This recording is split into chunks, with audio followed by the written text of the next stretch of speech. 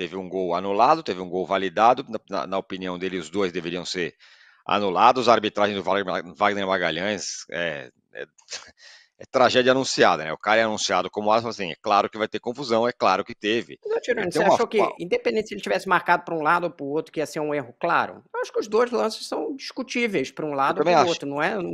Não teria nenhum erro claro ele marcar ou não marcar. Eu até tenho minhas opiniões, acho que ele acabou acertando. Mas outra opinião contrária seria o quê? De qualquer jeito, o Hugo estava com a mão mole nos dois lances.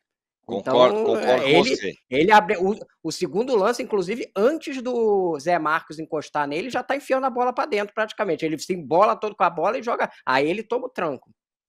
Eu também acho. Eu também acho que foi teria validado o primeiro outro gol, poderia ter sido considerado falha do Hugo Souza, como eu achei que foi no segundo gol, com falta ou sem falta, ele estava com a mão bem mole.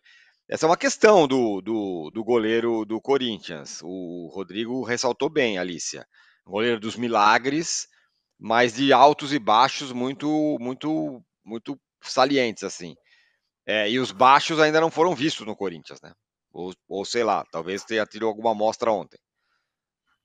Acho que assim, eles foram vistos, eles ainda não foram definitivos para causar uma desclassificação, enquanto os acertos, né, especialmente nas disputas de pênalti, foram fundamentais, né? Dá quase para a gente dizer que se não fosse pelo Hugo, talvez o Corinthians não tivesse avançado nas competições, avançado contra o Grêmio e contra o Bragantino. Assim, o Hugo foi fundamental.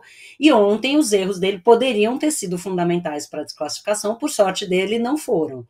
Né? Então é uma coisa assim para observar no Hugo, que ele é um cara que comete erros e erros graves e com consequência, mas aí vai ser interessante ver como a torcida vai lidar. Né? Eu acho que no Flamengo a torcida não lidou bem, e está no seu papel, enfim, de criticar e reclamar, e aquilo meio que parece que virou uma bola de neve, se tornou insustentável, ele também não soube lidar com a pressão, e aí, né, sentiu o peso, e aí passou a errar ainda mais, né, isso é ele alguns anos mais tarde, vamos ver como é que isso se reflete, mas, né, quero ter o cuidado de não sentenciar o Hugo a ser esse cara para sempre, mas de fato ontem ele foi mal.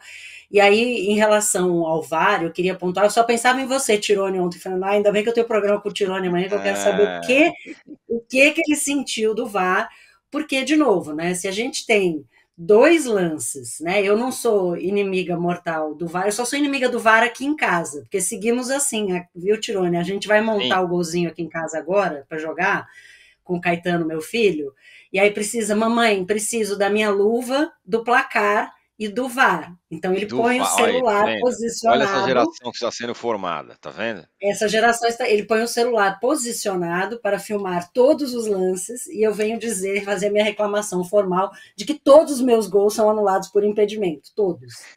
Então é um recurso bastante perigoso, mas que ontem, né, é um reflexo assim de precisava 10 minutos no VAR, se são lances questionáveis, se são lances, né, em que não há segurança, em que não tem uma resposta clara, mantenha a decisão de campo, né? Mantenha a decisão de campo. Precisa dar autonomia para o árbitro, ou no mínimo o árbitro precisa estar mais capacitado para tomar decisões rápidas. Você perder 10 minutos de jogo só no VAR, só nesses dois lances, né? Mais do que essa preocupação que o Hugo falou de lutar, né? Precisar lutar contra coisas que não o adversário, é lutar contra a bola parada, é lutar contra um jogo sem ritmo, um jogo em que a bola não rola.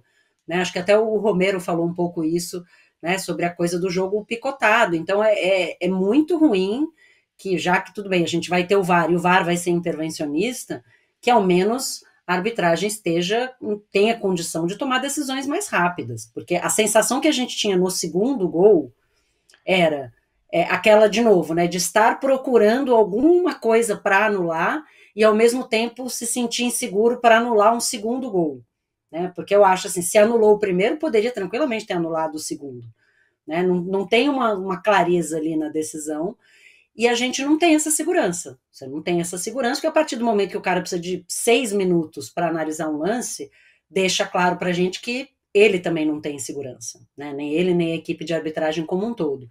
Então, é mais um exemplo de como o VAR é mal utilizado no Brasil, né, para decidir questões que não são questões, né, claras e questões óbvias, né, como agressão, lances de gol com, né, alguma coisa que não seja ficar voltando em todos os lances para buscar alguma coisa para tentar tirar o gol, né? O VAR hoje ele é muito anti-gol e muito anti-jogo, porque ele custa, né, muito tempo da partida em que a bola poderia estar rolando e não tá. E aí, quando você, né, vai para o vídeo e o cara leva 6 minutos para decidir o que fazer, a gente, né, de fato, fica bastante difícil ter confiança nessa arbitragem. Ontem foi mais um desses casos, mas me incomoda um pouco só a declaração do Hugo de fazer parecer de que ele não teve responsabilidade nenhuma, né, que ele foi muito bem nos lances e foi prejudicado somente pela arbitragem ou pelas faltas supostamente não marcadas. Né? Acho que ele precisa também reconhecer que ele não foi bem. Mas, de novo, né, mais um elemento aí para o time Tirone contra o VAR. Ontem, certamente, dá para botar aí no seu dossiê e da luta contra o que se tornou o VAR no Brasil, que eu quero também tentar banir da minha casa, porque não tem condição. Não tem condição. Estou sendo muito prejudicada pela arbitragem. Esse combo, Wagner Magalhães mais VAR, esse combo, esse árbitro e o VAR, só faltava o cara do VAR ser o Wagner e o Hiway. Se fosse, meu amigo, aí ia ter 5 minutos de partida. O resto ia ser ele olhando o jogo no VAR.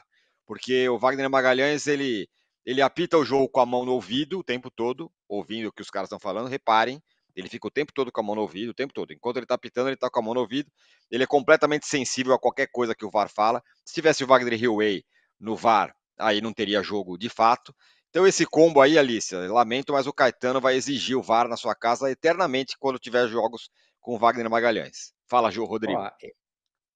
Primeiro que eu ia comentar que o sobrinho do Tirone, ou enfim, afilhado, se usar o VAR, vai perder o chocolate pós-almoço, né? Não teria condescendência do Caetano, no caso da Alicia, né?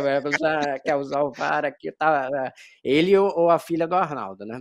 Enfim, mas, assim, eu concordei com a intervenção do VAR. Eu concordo com o que a Alice falou no princípio do uso do VAR, é excessivo, para muito jogo, concordo, mas ontem eu acho que era um lance que só dava para ver no VAR. Eu só consegui ver que o Hugo tem o controle da bola no primeiro lance, e na minha visão ele tem o controle da bola, no VAR, porque é uma coisa de milissegundo.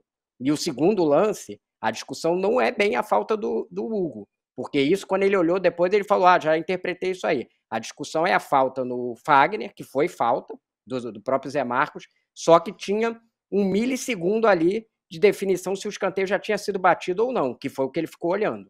E era também um milissegundo. Eu também fiquei com a impressão que o escanteio não tinha sido batido e, portanto, não foi falta. Mas as duas são impressões. Eu acho que a interpretação diferente, como é muito milissegundo, poderia ser diferente. Mas eu acho que são coisas que só daria para ver na tela. Então, eu acho defensável o uso ontem do VAR. De qualquer jeito, em princípio, eu concordo com a Alicia que para demais e que os árbitros, a insegurança deles os leva a recorrer muito ao VAR. No caso de ontem, nos 2 lances de ontem, eu achei que só dava para ver mesmo no VAR. O Sai da Moita manda aqui uma mensagem para a gente falando: o garotinho Garro ontem comeu a bola. Dias está correto, o Emiliano Dias. Ninguém melhor que o técnico para falar sobre. 2 gols irregulares. Vamos salientar que o goleiro do Juventus, do Juventude também salvou. Não vejo como erro do Hugo. De fato, o goleiro do Juventude também jogou bem e fez várias intervenções ali antes de tomar o terceiro, enfim, e o quarto gol. Poderia ter sido mais fácil a classificação do Corinthians, né? O gol poderia ter saído antes se não fosse o Gabriel.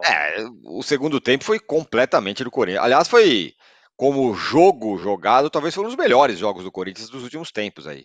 O jogo contra o Flamengo foi um jogo muito brigado, tal, mas o de ontem de domínio, assim, no segundo tempo do Corinthians. E mérito do Emiliano Dias, né? A gente falou aqui do Jair, né? Mas o Emiliano Dias tirou um volante, o Raniel, e botou o Coronado para aumentar a pressão.